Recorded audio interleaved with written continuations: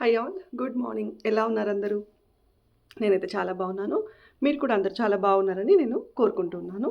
ఇవాళ నేను 36థ్ day of fitness challenge సక్సెస్‌ఫుల్‌గా కంప్లీట్ చేశాను. 35 డేస్ నేను సక్సెస్‌ఫుల్‌గా కన్సిస్టెంట్‌గా ఫినిష్ చేయగలిగాను అంటే that's nothing but the dedication.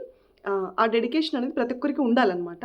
So, నా వీడియో చూస్తున్నవారు దేనికోసం వెయిట్ చేస్తున్నారు మీరందరూ ఇంకా? మీ హెల్త్ పట్ల, మీ ఫిజికల్ ఫిట్‌నెస్ పట్ల కొద్దిగా అలర్ట్ అవుతారని నేను మనస్ఫూర్తిగా కోరుకుంటూ ఉన్నాను. ఇంకా ఆన్ ఏ గ్రాటిట్యూడ్ నోట్ నేను నా వీడియోస్‌లో డైలీ గ్రాటిట్యూడ్ ఎక్స్‌ప్రెస్ చేస్తూ ఉంటాను కదా! So, as part of that gratitude note, as of yesterday our family had 202 subscribers. I'm happily, proudly announcing that today we are a family of 215 subscribers. ఎవరైతే న్యూగా add అయ్యారో వారందరికీ పేరు పేరున థ్యాంక్ యూ సో మచ్ అండి. మన ఫ్యామిలీకి add అయినందుకు. That is on a gratitude note. ఇంకా నేను డైలీ నా వీడియోస్లో చెక్ లిస్ట్ గురించి మాట్లాడుతూ ఉంటాను. ఏమీ లేదు, చెక్ లిస్ట్ అంటే డైలీ మార్నింగ్ సూర్యోదయానికంటే ముందే నిద్ర లేవండి. సూర్యోదయానికంటే ముందే నిద్ర లేవాలి అని అంటే ముందు రోజు నైట్ ఎర్లీగా పడుకోవాలి. ముందు రోజు నైట్ ఎర్లీగా పడుకోండి. మార్నింగ్ లేవగానే ఒక గ్లాస్ గోరువెచ్చని నీరు తాగండి. Either it as a form of detox drink or normal hot water. So next sit in malasana for 5 to 10 minutes. ఒక్క 5-10 నిమిషాలు మలాసనలో అలా కూర్చుండిపోండి. బౌవెల్ మూమెంట్స్ చాలా హెల్ప్ అవుతుంది. తర్వాత నేచర్ కాల్స్ తీసుకోండి. తర్వాత యోగా మ్యాట్ తీసుకొని వాటర్ బాటిల్ తీసేసుకొని జాయిన్ అయిపోండి నాతో పాటు యోగా చేయడానికి.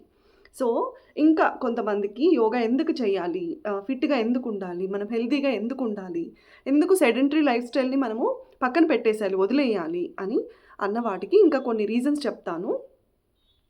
యాక్చువల్గా any sort of chronic diseases కానీ, any sort of any type of cancers కానీ, cancer is not easy. Cancer అన్నది ఈజీ కాదు, ఏమాత్రం ఈజీ కాదు. ఒక్కసారి మన బాడీని క్యాన్సర్ ఆవహిస్తే మనము ఫినాన్షియల్గా లాస్ అవుతాము, ఫిజికల్గా లాస్ అవుతాము, ఎమోషనల్గా లాస్ అవుతాము. మనము ముందులాగా ఎప్పటికీ ఉండలేము. There will be a hair loss, there will be lot of chemos, there will be lot of radiation therapies. So ఒక్కసారి క్యాన్సర్ అన్నది, ఆ మహమ్మారి అన్నది మన బాడీని ఆవహిస్తే, ఒక్కసారి మనకి క్యాన్సర్ అన్నది డిటెక్ట్ అవుతే we have to undergo a lot of pain. ఆ పెయిన్ ఎంత పెయిన్ అంటే not only the person who have cancer, వచ్చిన పర్సన్ మాత్రమే కాదు, whole family have to suffer. So cancer అన్నది అంత ఈజీ కాదు, ఆషామాషి కాదు. సో ఎలాంటి క్యాన్సర్ అయినా కూడా, ఎట్లాంటి టైప్ అయినా కూడా ఇట్స్ నాట్ ఈజీ. ఎందుకు చెప్తున్నాను అంటే please try to understand the situation. ఇంకా ఇప్పుడు స్టేజెస్ డిసైడ్ చేస్తారనమాట క్యాన్సర్కి. సో ఆ స్టేజెస్ ఏంటి అంటే స్టేజ్ 1, 2, 2B అలాంటి స్టేజెస్ డిసైడ్ చేస్తారు. సో స్టేజ్ 4, 5 వరకు కూడా ఉంటుందన్నమాట. ట్యూమర్ సైజ్ పెరిగే గ్రోత్ ఎంత ర్యాపిడ్గా, ఎంత అగ్రెసివ్గా పెరుగుతుంది సైజ్ అన్న దాన్ని బట్టి డిసైడ్ చేస్తారు. ఒక్కసారి మన బాడీలో క్యాన్సర్ సెల్ డిటెక్ట్ అయింది అంటే irrespective of what size it is, అది ఏ సైజులో ఉంది అన్నదాన్ని పక్కన పెడితే, ఏ సైజులో ఉన్నా కూడా, ఏ స్టేజ్లో ఉన్నా కూడా the pain is same. The disease may vary but the pain is same. Stage 1 ఉన్న వాళ్ళకి తక్కువ పెయిన్ ఉంటుంది, స్టేజ్ 5 ఉన్న వారికి ఎక్కువ పెయిన్ ఉంటుందని కాదు.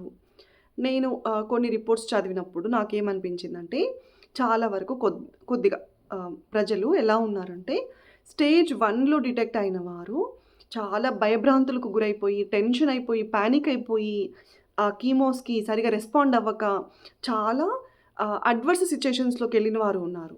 స్టేజ్ 4, స్టేజ్ 5 లాంటి అడ్వాన్స్డ్ స్టేజెస్లోకి వెళ్ళిన వారు చాలా హుందాగా, దృఢంగా, కీమోస్కి బాగా రియాక్ట్ అవుతూ, రేడియేషన్ థెరపీస్కి బాగా రియాక్ట్ అవుతూ వారు చాలా త్వరగా కోలుకోగలిగారనమాట. బట్ ఎర్లీగా డిటెక్షన్ చేసుకుంటేనే దానికి మనకి సర్వైవల్ రేట్ అన్నది డిపెండ్ అయ్యి ఉంటుంది. ఇంకొకటి ఏమంటే prevention is better than cure. ఏదైనా సరే, జబ్బు కానీ, ఒక సమస్య కానీ ఏదైనా సరే వచ్చిన తర్వాత చూసుకుందాంలే అన్న ధోరణి కంటే రాకముందు జాగ్రత్త పడదాము అన్న సంకల్పం అనేది ఉండాలన్నమాట ప్రతి ఒక్కరికి. సో అందుకు చెప్తున్నాను నేను, please don't ignore, don't neglect. ప్రతిరోజు మనకి ఏది వీలైతే అది, కొంతమందికి వాకింగ్ వీలవుతుంది, కొంతమందికి యోగా ఎక్సర్సైజెస్ చేసుకోవడము వీలవుతుంది. కొంతమందికి థ్రెడ్‌మిల్ పైన జిమ్‌కెళ్ళేసి థ్రెడ్‌మిల్ మీద నడుస్తారు. ఒక హాఫ్ ఎన్ అవర్, 45 మినిట్స్ అలా నడుస్తారు. సో, అలా కొంతమంది డాన్స్ చేసుకుంటారు. కొంతమంది ఏరోబిక్స్ చేసుకుంటారు. కొంతమంది జుంబా సెషన్స్ అటెండ్ అవుతారు. Any sort of movement is fine. ఏదైనా చేసుకోవచ్చు. నేను చేస్తున్నదేంటంటే, కొంతమంది చిన్న పిల్లలున్నవారు, పిల్లలు స్కూల్‌కెళ్ళాక ఆ టైంలో జిమ్ సెషన్స్‌కి అటెండ్ అవ్వలేని వారు, ఆ టైంలో వాకింగ్ చేయాలి అంటే వెసులుబాటు కుదరని వారు, ఇంట్లోనే మన హౌస్ ప్రెమిసెస్‌లోనే by staying within our house premises we can do all these exercises, yoga, asanas, warmups and little bit of stretches. So, లాస్ట్‌లో మెడిటేషన్, ప్రాణాయామ కూడా చేసుకోవచ్చు. సో, ఇవన్నీ ఓన్లీ మన ఇంటి వద్ద కూర్చొని మాత్రమే చేసుకోవచ్చనమాట. ఎలాంటి ఎక్విప్‌మెంట్ అవసరం లేదు. ఎలాంటి జిమ్ ఎక్విప్‌మెంట్ లేదు. ఎలాంటి హెవీ వెయిట్ లిఫ్టింగ్ లేదు. సో, ఇవన్నీ ఏమీ లేకుండా జస్ట్ ఒక్క యోగా మ్యాట్ ఒకటి ఉంటే చాలు. మధ్య మధ్యలో ఆయాసం అని అనిపిస్తే తాగడానికి ఒక వాటర్ బాటిల్ చాలు. అంతే. సో, ఇంకా ఎవరైనా నా వీడియో చూస్తున్నవారు ఎందుకు ఫిట్‌గా ఉండాలి, ఇంకా సెడెంటరీ లైఫ్ స్టైల్ ఫాలో అవుతూ సర్కాడియన్ రిథమ్‌కి అగెయిన్స్ట్‌గా మనం యాక్టివిటీస్‌ని ప్లాన్ చేసుకుంటూ ఇలా ఉన్నవారు ప్లీజ్ అట్‌లీస్ట్ ఇప్పటికైనా అలర్ట్ అవ్వండి. ఇప్పటికైనా మేల్కోండి. So, that is all I wanted to say. Again whoever have added to our family, న్యూగా యాడ్ అయిన వారికి చాలా థ్యాంక్ యూ సో మచ్. వారిలో మా అక్క కూతురు విశ్వజనిత యాడ్ అయ్యారు. Vishwa, I didn't expect it at all. Thank you so much Vishwa for joining my channel. Yeah, including her, we are a family of 215 subscribers as of today. Yeah.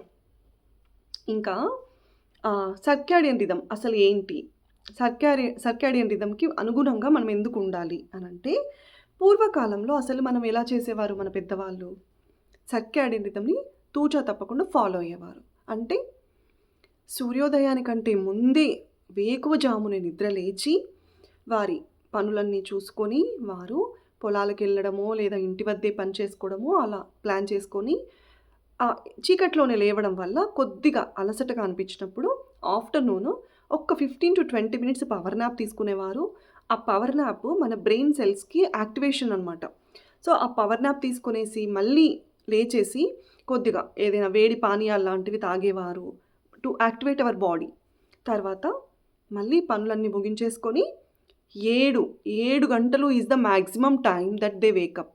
So, 7 గంటలకంతా వాళ్ళ పనులన్నీ ముగించేసుకొని హ్యాపీగా తినేసి పడుకుండిపోయేవారు. ఒక సామెత చెప్తారు కదా, గూట్లో దీపం నోట్లో ముద్ద.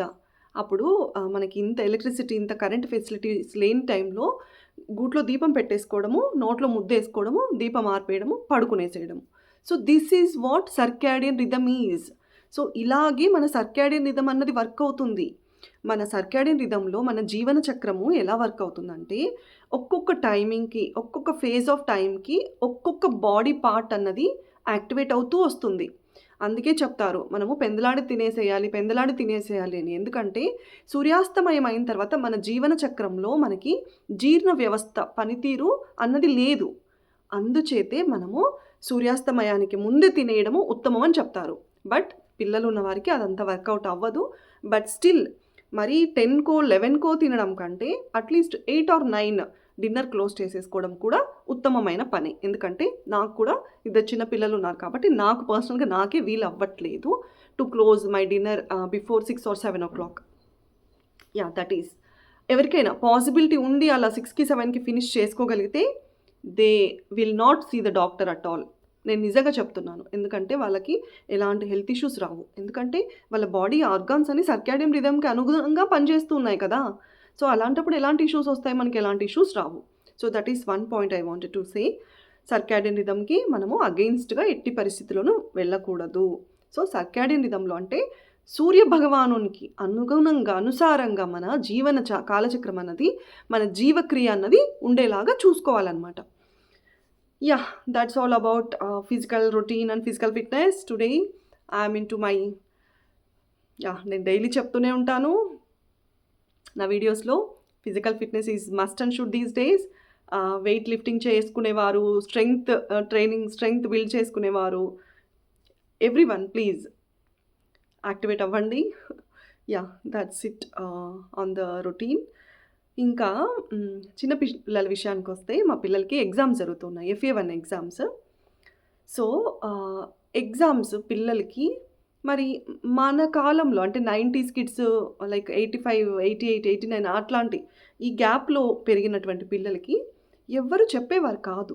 మీకు ఎగ్జామ్స్ కదా! పోయి చదువుకోండి, పోయి చదువుకోండి అని చెప్పి. స్వతంత్రంగా అంటే మనంతట మనమే బుక్స్ తీసుకొనేసి చదువుకునేవారము. మా parents they were not educated. వారికంత కూర్చోబెట్టి మరీ రుద్ది, తోమి చదివిపించేంత లేదు. They will be busy with their own household works. మేమే కూర్చొనేసి చదువుకునేవాళ్ళము.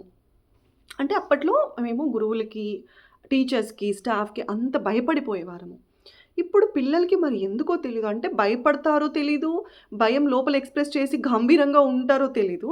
నాకెందుకో కొంచెం భయం తగ్గిందనే అనిపిస్తది. ఎందుకంటే దెబ్బ పడట్లేదు. చిన్న దెబ్బ పడితే పేరెంట్స్ ఎళ్తూ ఉన్నారు కంప్లెయింట్స్ తీసుకొని. మా పిల్లల్ని ఎట్టి పరిస్థితిలో కొట్టకూడదు అని. ఆ కొట్టడం కూడా ఎలా అయిపోయిందంటే తగర తగలరాని చోట తగులుతూ ఉండడం చేత పిల్లలు కొంతమంది ఆల్రెడీ ఇబ్బందులు పడిన వారు ఉన్నారు. So, yeah! కొట్టడానికి నేను కూడా అగెయిన్స్ట్. మేబీ మరి ఇంకా కొట్టడం తప్ప గురువుకైనా దెబ్బే గుర్తు అని పెద్దలు ఎందుకు చెప్పారో మరి.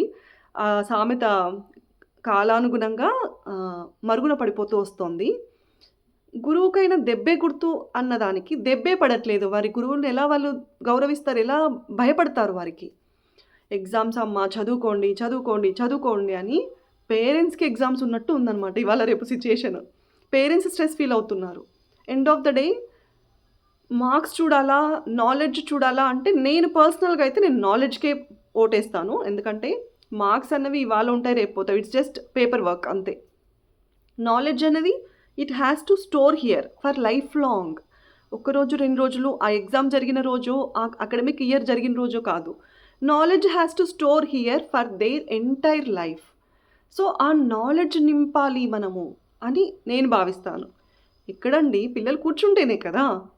పిల్లల్ని ఒక పట్టాన కూర్చోపెట్టడానికే నానా యాతన అవుతోందనమాట.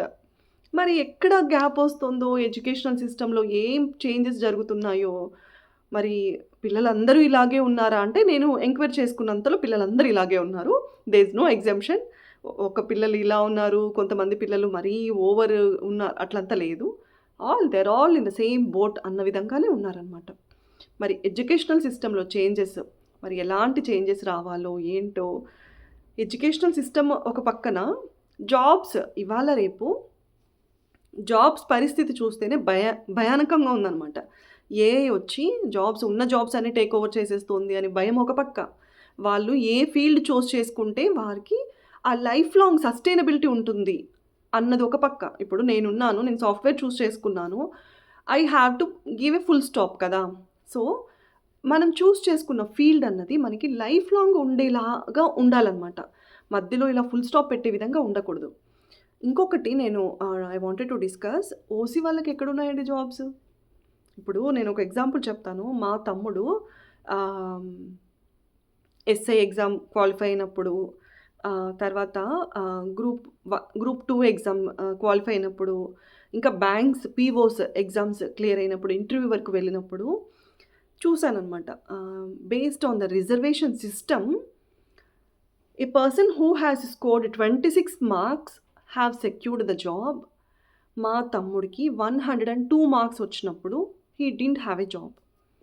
చూసుకోండి ఎలా ఉందో మన reservation system, the great reservation system పరిస్థితి. రిజర్వేషన్ సిస్టమ్ అన్నది తప్పనిసరి పరిస్థితులలో మన రాజ్యాంగము ఇంప్లిమెంట్ చేసింది. నేను దాన్ని తప్పు పట్టట్లేదు. బట్ రిజర్వేషన్ సిస్టమ్‌ని ఇంప్లిమెంట్ చేసిన అమల్లోకి తీసుకొచ్చినటువంటి కాలము, అలాంటి సిట్యుయేషన్ ఇవాళ రేపు లేదు. మన ఓసీలో ఓపెన్ కేటగిరీ స్టూడెంట్స్‌లో కూడా చాలామంది వెనుకబడిన తరగతుల వాళ్ళు ఉన్నారు. మిడిల్ క్లాస్ ఉన్నారు, లోయర్ మిడిల్ క్లాస్ వాళ్ళు ఉన్నారు. ఇంకా మేము ద సేమ్ ఓల్డ్ రిజర్వేషన్ సిస్టమే ఫాలో అవుతూ వెళ్తాము అనంటే ఎంతవరకు న్యాయము? క్వాలిటీ ఆఫ్ ఎడ్యుకేషన్ సిస్టమ్ దెబ్బతింటుంది. ఎంత చదివినా జాబులు రావు, ఏం రావు అనే మైండ్ సెట్‌కి వచ్చేసారు ఓసీ పిల్లలు ఇవాళ రేపు. క్వాలిటీ దెబ్బతింటున్నట్లే కదా! ఇప్పుడు 26 మార్క్స్ ఎలిజిబిలిటీ పెట్టి 26 మార్క్స్ వచ్చిన పర్సన్‌కి జాబ్ ఇవ్వడంలో నాకెలాంటి ప్రాబ్లమ్ లేదు. బట్ కొన్ని సెక్టార్స్ ఉంటాయి. లైక్ మెడికల్ ఫీల్డ్ ఉంది. ఎంత క్వాలిటీ ఉండాలండి మెడికల్ ఫీల్డ్‌కెళ్ళాల్సిన పిల్లలకి. సో, ఇవాళ రేపు నీట్ ఎంట్రన్స్ ఎగ్జామ్ పరిస్థితి అందరం చూస్తూనే ఉన్నాము. Let the meritorious students win the race అండి. మెరిట్ స్టూడెంట్స్ ముందరికెళ్తే అప్పుడు కదా మనకి క్వాలిటీ వైద్యం అన్నది అందుతుంది మన ఫ్యూచర్ తరాలకి. I don't know. Yeah! That's it for today. I wanted to express all these concerns.